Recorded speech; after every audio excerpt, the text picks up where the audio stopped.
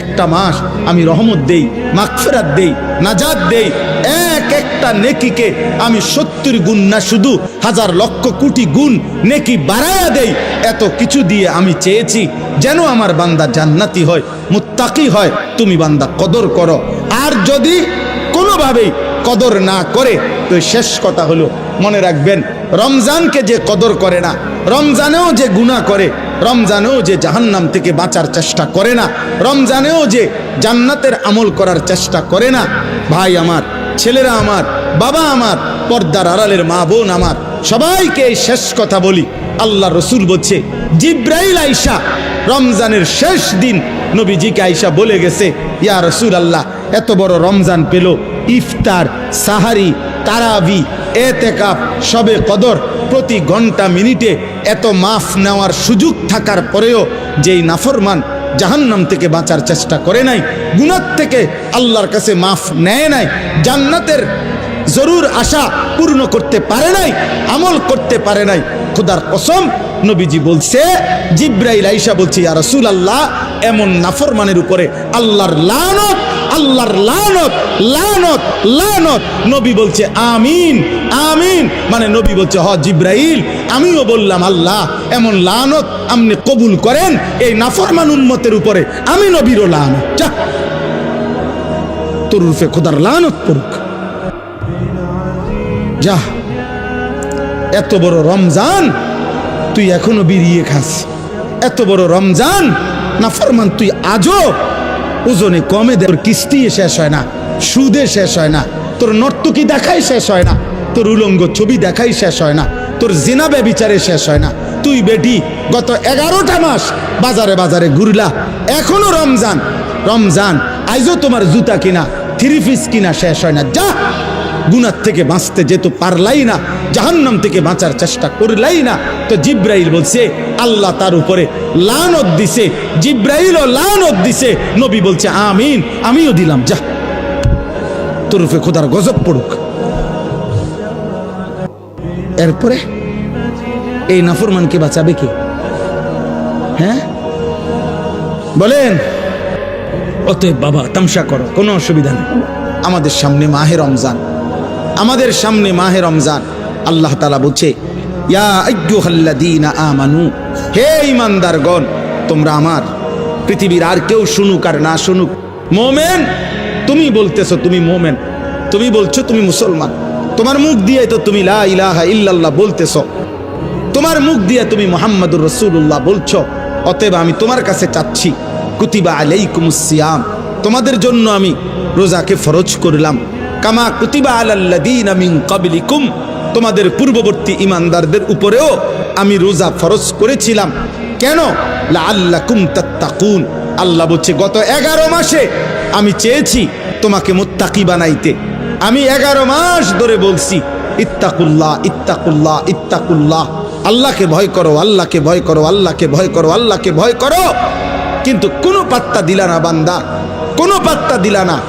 ঠিক আছে বান্দা, যাও, আমি আল্লাহ আবারও দয়া করে সব বাদ দিলাম, 11 মাস বাদ, যাও, একটা মাস মাত্র এবার, আইয়ামাম মাদুদাত, 30টা দিন গোনা গোনা, 30 দিন, 31 দিন হবে না, 32 দিন লাগবে না, 30 দিন, 30 দিন, কথা কথাই, প্রয়োজনে একদিন কমায় এলামু, 29 দিন, হয় 29 নয় সর্বোচ্চ 30, 30টা দিন তুমি রমজান পালন করবা, একটা গুনাহ করবা না, চুরি, ডাকাতি, জিনা, ব্যভিচার, মদ, জুয়া, অশ্লীলতা, বেহায়াপনা, অসভ্যতা, নোংরামি, বেপরদিগি, উলঙ্গতা, অসভ্যতা, হারাম উপার্জন করবা না। আর জিকির করবা, তিলাওয়াত করবা, রোজা রাখবা, ইফতার করবা, সাহারি খাবা, তারাবি পড়বা, শেষ দশকে এতেকাফ করবা, শবে কদর তালাশ করবা, প্রতিদিন কাঁদবা, দোয়া করবা, মুনাজাত করবা, একটা মাস গুনে গুনে আমার ইবাদত আমলে কাটাইবা, গুনাহ থেকে বেঁচে থাকবা। আল্লাহ বলেন, আমি 30 দিনেই তোমারে মুত্তাকি বানায়া জান্নাতি বানায়া দেব, লাআল্লাকুম তাত্তাকুন।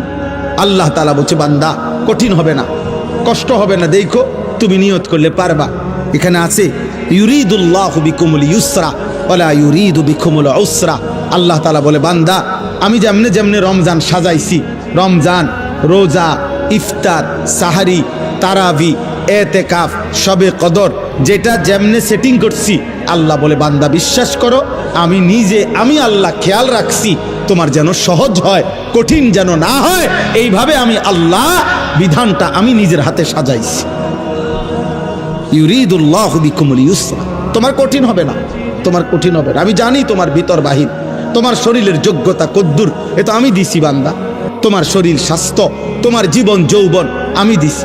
তুমি অসুস্থ প্রচন্ড, কোনোভাবেই তুমি পারবা না, তো ঠিক আছে, ফামান কানা মিনকুম মারিদান, তুমি যদি প্রচন্ড অসুস্থ হও, যে অসুস্থতা রোগ বেড়ে যাবে রোজা রাখলে, তো ঠিক আছে, যখন সুস্থ হও তখন তুমি কাজা করে নিও। আল্লাহ বলছে লম্বা পথ সফর করবা, তোমার কষ্ট হবে মুসাফির, ঠিক আছে, তুমি ওই সময় রোজা ছেড়ে দিও, অন্য সময়ে যখন বাড়িতে থাকবা কাজা করে নিও।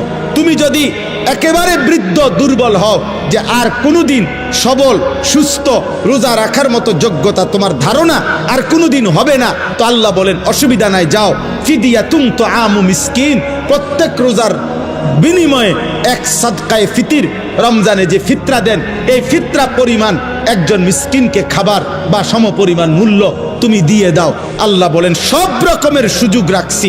প্রচন্ড দুর্বল হলে কি করবা, মুসাফির হইলে কি করবা, একেবারে বৃদ্ধ হইলে কি করবা, এইভাবে গর্ভস্থিত নারী যার গর্ভে বাচ্চা আছে তার জন্য কি করতে হবে আল্লাহ তাআলা বলেন। আলাদা আলাদা করে বলছি, কঠিন কিছু বলি নাই। সন্ধ্যা থেকে নিয়ে সুবহে সাদিক পর্যন্ত খাও, পান করো, স্বামী স্ত্রী মিলামেশা করো, সুবহে সাদিক থেকে সূর্যাস্ত পর্যন্ত শুধু এইটুকু সময় খাদ্য খাবার থেকে বিরত থাকো। শেষ দশক এতেকাফের চেষ্টা করো, বেজর রাত্রিগুলো সবে কদর তালাশ করো, গুনাহ কইরো না। বাজারে তো সারা বছরই যাইতে পারবা, কাপড় লুঙ্গি শার্ট শাড়ি থ্রি পিস জুতা এ তো সারা বছরই কিনতে পারবা। একটা মাস আমি রহমত দেই, মাগফিরাত দেই, নাজাত দেই, এক একটা নেকিকে আমি 70 গুণ না শুধু হাজার লক্ষ কোটি গুণ নেকি বাড়ায়া দেই। এত কিছু দিয়ে আমি চেয়েছি যেন আমার বান্দা জান্নাতি হয়, মুত্তাকি হয়। তুমি বান্দা কদর করো, আর যদি কোনোভাবেই কদর না করে তো শেষ কথা হলো মনে রাখবেন, রমজানকে যে কদর করে না, রমজানেও যে গুনাহ করে, রমজানেও যে জাহান্নাম থেকে বাঁচার চেষ্টা করে না, রমজানেও যে জান্নাতের আমল করার চেষ্টা করে না, ভাই আমার, ছেলেরা আমার, বাবা আমার, পর্দার আড়ালের মা বোন আমার, সবাইকে এই শেষ কথা বলি। আল্লাহ রসুল বলছে জিব্রাইল আইসা রমজানের শেষ দিন নবীজিকে আইসা বলে গেছে, ইয়া রসুল আল্লাহ, এত বড় রমজান পেল, ইফতার, সাহারি, তারাবি, এতেকাফ, শবে কদর, প্রতি ঘন্টা মিনিটে এত মাফ নেওয়ার সুযোগ থাকার পরেও যেই নাফরমান জাহান্নাম থেকে বাঁচার চেষ্টা করে নাই, গুনাহ থেকে আল্লাহর কাছে মাফ নেয় নাই, জান্নাতের জরুর আশা পূর্ণ করতে পারে নাই, আমল করতে পারে নাই, খোদার কসম নবীজি বলছে, জিব্রাইল আইসা বলছে, ইয়া রাসূলুল্লাহ, এমন নাফরমানের উপরে আল্লাহর লানত, আল্লাহর লানত, লানত, লানত। নবী বলছে আমিন, আমিন, মানে নবী বলছে হ জিব্রাইল, আমিও বললাম আল্লাহ এমন লানত আপনি কবুল করেন এই নাফরমান উম্মতের উপরে, আমি নবীরও লানত, যা তোর রূপে খোদার লানত পড়ুক, যা। এত বড় রমজান তুই এখনো বিড়িয়ে খাস, এত বড় রমজান নাফরমান তুই আজও ওজনে কমে দে, তোর কিস্তি শেষ হয় না, সুদে শেষ হয় না, তোর নর্তকী দেখাই শেষ হয় না, তোর উলঙ্গ ছবি দেখাই শেষ হয় না, তোর জিনা ব্যভিচারে শেষ হয় না। তুই বেটি গত 11টা মাস বাজারে বাজারে ঘুরলা, এখনো রমজান, রমজান আইজও তোমার জুতা কিনা থ্রি পিস কিনা শেষ হয় না, যা। গুনাহ থেকে বাঁচতে যেহেতু পারলাই না, জাহান্নাম থেকে বাঁচার চেষ্টা করলাই না, তো জিব্রাইল বলছে আল্লাহ তার উপরে লানত দিছে, জিব্রাইলও লানত দিছে, নবী বলছে আমিন, আমিও দিলাম, যা তোর উপরে খোদার গজব পড়ুক। এরপরে এই নাফরমানকে বাঁচাবে কে? হ্যাঁ বলেন? অতএব বাবা তামসা করো, কোনো অসুবিধা নেই, এ কথা শেষ আমার। মনে রাখো, হাসি কান্না, আনন্দ বেদনা, সুখ দুঃখ, হ্যাঁ, আনুগত্য অবাধ্য, ঈমান কুফর, কোনো কিছুতেই পৃথিবী থামে না, তুমিও থামতা না, একদিন কবরেই চলে যাইতো। হাসলেও কাঁদলেও, সুখে থাকলেও দুঃখে থাকলেও, ইমানদার হইলেও নাফরমান হইলেও, আনুগত্য থাকলেও আনুগত্য না থাকলেও। সেজদা দিলেও মৃত্যু হবে, সেজদা না দিলেও মৃত্যু হবে। সেজদা দিতে দিতে আব্দুল কাদের জিলানী হইলেও মৃত্যু হবে, নাফরমানি করতে করতে ফেরাউন নমরুদ হইলেও কি হবে? অসুবিধা নাই, কোনো অসুবিধা নাই। চলো ভাই, কারো জন্য পৃথিবী থামে না। আমাদের কারো মৃত্যুতে, আমাদের কারো জন্মে সেকেন্ড, ঘন্টা, মিনিট, এক সেকেন্ড থামে না। সময়ের গতি থামে? কথা বলে না। পৃথিবী থামে কারো জন্য? না না। কোনো ক্ষমতাধরের মৃত্যু আর কোনো ফকিরের মৃত্যু সময়ের কাছে সবাই বরাবর। সময় বলে আমি চলছি তো চলছি, কে মরলো, কে জিতলো, কে হারলো, কে জন্ম নিল, আমার তো সময়। আমি যাচ্ছি আখিরাতের দিকে, আমি যাচ্ছি কবরের দিকে। অকুল্লুম ফি ফালাকিন ইয়াসবাহুন। আল্লাহ বলে সব কিছু তার নির্ধারিত গক্ষপথে, গন্তব্যের দিকে, মানে আখিরাতের দিকে চলছে, সব চলছে।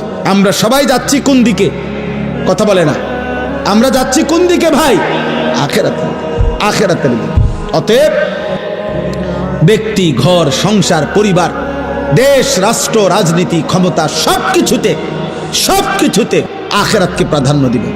বলেন ইনশাআল্লাহ, বলেন ইনশাআল্লাহ। ভোটের আগের দিনও আখিরাতকে প্রাধান্য দিবেন, ভোটের দিনও আখিরাতকে প্রাধান্য দিবেন, ভোটের পর দিনও আখিরাতকে প্রাধান্য দিবেন, আখিরাতকে প্রাধান্য দিবেন। কোনোভাবেই দুনিয়ার কাছে বিক্রি যাবেন না। আল্লাহ আমাদেরকে হেফাজত করেন, আল্লাহ আমাদেরকে কবুল করে নেন আমার ভাই। অতএব আলহামদুলিল্লাহ, আজকে এই মুবারক মাহফিলে অনেক কষ্ট করছেন আপনারা, এত লম্বা সময় সবর করছেন। আলহামদুলিল্লাহ, আল্লাহ তাআলা এই ফুলগড় বারেশ্বর মাদ্রাসা আল্লাহ কবুল করে নেন। আজকে যেই ছেলেরা হাফেজে কোরআন হয়েছে, আল্লাহ তাদেরকে কবুল করে নেন। যাদের সহযোগিতা করেছে, তাদেরকে হাদিয়া দিয়েছে বিভিন্ন রকমের, মাশাআল্লাহ, আল্লাহ তাআলা তাদের সবাইকে কবুল আর মঞ্জুর করে নেন। আমার একটা ছোট্ট পরামর্শ আছে, সেই পরামর্শটা হইল, না মানলেও সমস্যা নাই, বাকি আমি আমার পরামর্শ হইল, ওই যেই প্রবাসী কল্যাণ সংস্থার নাম বলছেন কি জানি, বারেশ্বর প্রবাসী কল্যাণ, বারেশ্বর প্রবাসী কল্যাণ সংস্থার কাছে, আপনাদের কাছে আমার পরামর্শ হলো, আমার আন্তরিক প্রশংসা হলো, প্রতি বছর যে হাফেজে কোরআন হবে তাকে একটা সাইকেল পুরস্কার দেওয়া হবে। সাইকেল পুরস্কারের সাথে কোরআনের হাফেজের কি সম্পর্ক আমি এটা বুঝলাম না, আমার এটা মাথার ধরল না। সাইকেলের সাথে কোরআন হেফজের সাথে সম্পর্ক কি হইল? এতে করে সে কি করবে? মানে হাফেজে কোরআন সাইকেল দিয়া আলাদা কি লাভবান হবে, এটা আমার মাথায় ধরল না। হ্যাঁ, এটা আমি বুঝলাম না। এই জন্য আমার পরামর্শ হলো, কোনো হক্কানি মুত্তাকি আলেমে দিন থেকে পরামর্শ নিয়ে আপনি জেনে নেবেন যে কোনো তালেবে ইলমকে, কোনো মাদ্রাসার ছাত্রকে, কোনো হাফেজে কোরআনকে কি পুরস্কার দিলে তার উত্তম হবে, তার সারা জীবনের এলেম অর্জনের জন্য কাজে লাগবে, পড়ালেখার জন্য কাজে লাগবে। এখন এইটা দিয়ে যদি সে কালকার থেকে গোটা এক মাস চরকির মতো সারাটা মুরাদনগর গড়ে, তাইলে প্রবাসী কল্যাণ সংস্থার নেকি কি হবে আমি বুঝি না। এই জন্য আমি এটা ফিরাইয়া নিতে বলি না। আমি এবার তো দিছেন আলহামদুলিল্লাহ, কিন্তু উনি বলছেন প্রতি বছরেই একটা সাইকেল দিবে না। পৃথিবী যদি সবাই আপনার যেই সম্ভাবনা দেখা দিছে বাংলাদেশে, যেই প্রতিশ্রুতি এইবার নির্বাচনকে সামনে রেখে, আমি তো ধারণা করতেছি 13 তারিখ যেই জিতক 12 তারিখ প্রত্যেকের হেলিকপ্টার দিবে। বুঝেন নাই কথাটা? তাইলে তখন তার সাইকেল কাজে লাগতো না। এই জন্য তালেবে ইলম, এটা নিরুৎসাহিত করছি না, আপনারা পুরস্কার দিবেন, হাদিয়া দিবেন, কিন্তু আলেমে দিন থেকে মশওয়ারা করে দিবেন, অর্থাৎ যেন ওই বাচ্চার আজীবন তার এলেমের কাজে লাগে। পড়ালেখার এমন সুন্দর কোরআনুল কারীমের 2 সেট 10 সেট তাফসীর হইতে পারে, যেটা তার দাওরায়ে হাদিস একবারে শেষ পর্যন্ত আজীবন তার পড়ালেখার কাজে লাগবে। রাসূলুল্লাহ সাল্লাল্লাহু আলাইহি সাল্লামের হাদিসের অনেক কিতাব, তাকে 30,000 টাকার কিতাব দেন, তারে 20,000 টাকার কিতাব কিনে দেন, যেটা সে আজীবন কি করবে? পড়ালেখা করবে। হ্যাঁ, আমার ছেলে হাফেজ হইয়া পুরস্কার পাইছে তাফসিরে তাওজিহুল কোরআন। তো আমি একদিন আমার বাসার এই তাফসির আমারও আছে, তা আমি আমার একটা খণ্ড পাচ্ছিলাম না, খুঁজেই পাচ্ছি না। 2-3 খণ্ড, আমার একটা খণ্ড আমি পাই না, ওই খণ্ডটাই তখন আমার দরকার। আমার ছেলে আমারে দৌড়াই এসে বলছে, আব্বু আমি যে পুরস্কার পাইছি এইটাই তো তাফসির, তাহলে আমি এটা খুলে দেই আমারটা। তাহলে হে, তার প্যাকেটিং করা ছিল, ওইখান থেকে খুইলা আমার এটা দিছে আব্বু এটা, তাহলে আমি তখন পড়লাম। আমার অনেক কিতাব আমার সন্তান পড়ে, আমার সন্তানের কিতাবও আমি পড়ে আমার উপকার হয়েছে। কথা বুঝছেন না? এই জন্য আগামী দিনে আপনাদের কাছে অনুরোধ রইল, সাইকেল না বরং তার এলেমের সাথে কোরআন সুন্নাহর এলেম শিখবে এমন কিছু, যার দ্বারা এরকম কিছু হাদিয়া দিলে সেটা বেশি পরিমাণে হোক, ইনশাআল্লাহ এতে বরকত হবে। আপনারাও সাদকায়ে জারিয়ার সওয়াব পাইতে থাকবে। কিতাব অল্প দিনে কি হয়ে যায় না, নষ্ট হয়ে যায় না। প্রজন্মের পর প্রজন্ম কিতাব পড়ে। অনেক যারা সম্ভ্রান্ত ফ্যামিলি এমন আছে যাদের পারিবারিক পাঠশালায় আরে পারিবারিক কুতুবখানায় লাইব্রেরিতে 100 বছর আগের দাদা পূর্বপুরুষের কিতাব বই কি আছে আছে সাজানো আছে। তাইলে বোঝা গেল যে এটা ফায়দা আসবে, এটা দীর্ঘমেয়াদী হবে। আল্লাহ তাআলা আপনাদেরকে তৌফিক দেন। এই মাদ্রাসার সাথে যার যত সম্পৃক্ততা আছে আল্লাহ কবুল করেন।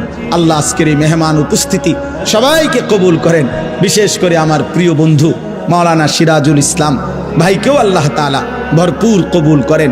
ছোটবেলার আমরা ছাত্র জীবনের দোস্ত ছিল, আজ অনেক দিন পরে দেখা হয়েছে। আল্লাহ তাআলা তাকে সুস্থতার সাথে আফিয়তের সাথে মানুষের কল্যাণে খেদমত করার তৌফিক দান করেন, আমিন। পবিত্র কোরআনুল কারীমের 2 নম্বর পারা 2 নম্বর সূরা, সূরাটির নাম সূরায়ে বাকারা। এই সূরার 183 নম্বর আয়াত আমি তেলাওয়াত করেছি। এই ছেলে, তোমার কি সমস্যা বাবা? আর এদিকে ফিরো, তুমি ওইদিকে ফিরে বসো। 183 নম্বর আয়াত সূরায়ে বাকারা। এই আয়াতটি আমি তেলাওয়াত করেছি মাহে রমজানকে সামনে রেখে। পবিত্র কোরআনুল কারীমের সূরায়ে বাকারার এখানে 5টা আয়াত, 183 থেকে 187, 183, 84, 85, 86, 87। এই মোট 5টি আয়াতে রমজান, রোজা এবং রমজানের সাথে প্রাসঙ্গিক শরীয়তের বিধিবিধান, আল্লাহর বিধিবিধান আল্লাহ তাআলা বিস্তারিত এখানে উল্লেখ করেছেন। আমাদের প্রিয় নবী সাল্লাল্লাহু আলাইহি ওয়াসাল্লামের একটা মোবারক কথা বলো না আব্বা, কথা বলো না। ছেলেরা তোমরা একজন আরেকজনকে বুঝায় বলো, ভাই কথা বলতে দিও না। যে কোনোভাবে কথা থামে না তারা বাইর করে দাও, বাইরে ছেড়ে দিয়ে আসো, ধরে আলগি দিয়ে 4 জনে ধরে। আমি ব্যক্তিগতভাবে কোনো প্রার্থী না, আমার কোনো ভোটে কোনো আমি প্রার্থী না, অতএব আমি আগের থেকেই ব্যাপক জনসমর্থন কখনোই প্রত্যাশা করি না। কারণ আমি তো আর ভোটে দাঁড়াইছি না, কাজে আমি এত অনেক জনসমর্থন আমার দরকার এমন কিছু না। আমি একটা দিল থেকে সবসময় ভাবি আল্লাহর কথা একজনকে বললেও নেকি হয়, তার আমার নেকি দরকার, তো সেটা অল্প মানুষকে বললেও সমস্যা কি। কিন্তু গাফেল মানুষ, ফালতু মানুষ, অমনোযোগী মানুষকে 1000 বছর বললেও লাভ হয়। যেই কলস উল্টানো, যেই জগ উল্টানো, উল্টানো কলসিতে 1 সাগর পানি ঢাললেও এটা কোনোদিন পুড়বে না, কারণ এটা তো কলসটা কি উল্টা। নবী সাল্লাল্লাহু আলাইহি ওয়াসাল্লাম এটা হাদিসে বলছেন, কিছু মানুষের অন্তর উল্টান কলসির মতো, কালকুজে মিরবাদান, উল্টানো কলসির মতো। নবীজি সাল্লাল্লাহু আলাইহি সাল্লাম বলছেন, মানে কলস উল্টান, দিলটাও উল্টান। এবং নবীজি বলছেন শুধু উল্টানো কলস না, বরং কলসির উল্টা পিঠে আলকাতরা দিয়া মাইখা দিছে, যাতে করে 1 ফোঁটা পানিও না জমে, পিছলা হয়। তো নবীজি সাল্লাল্লাহু আলাইহি সাল্লাম বলেছেন, কিছু নাফরমানের অন্তর আল্লাহর অবাধ্যতা করতে করতে তার দিল উল্টে যায়। ফলে একটা সময় হয় এমন, লা ইয়ারিফু মারুফান ওয়ালা ইউনকিরু মুনকার, তখন আর কখনোই পরবর্তীতে আল্লাহর গজব যখন হয়, তখন আর কখনোই তার ওই উল্টা অন্তরে কোনো নেক কাজকে নেক কাজ মনে হয় না, কোনো গুনার কাজকে গুনাই মনে হয়। এটা মানুষের জীবনের সবচেয়ে বড় দুর্ভাগ্য। কারণ এটুকু অনুভূতি যদি কারো চলে যায়, তো তার জীবনে আর কিছু থাকে না। কম বেশি ভুল পাপ দোষ ত্রুটি আমাদের সবার আছে, হুজুরেরও পাবলিকেরও, ফির সাহেবেরও মুরিদ সাহেবেরও। কিন্তু বিষয়টা হলো অনুভূতি থাকা, নিজের বিবেক বোধ কাজ করে, আত্ম অনুভূতি আছে যে না, কাজটা আমি ঠিক করিনি।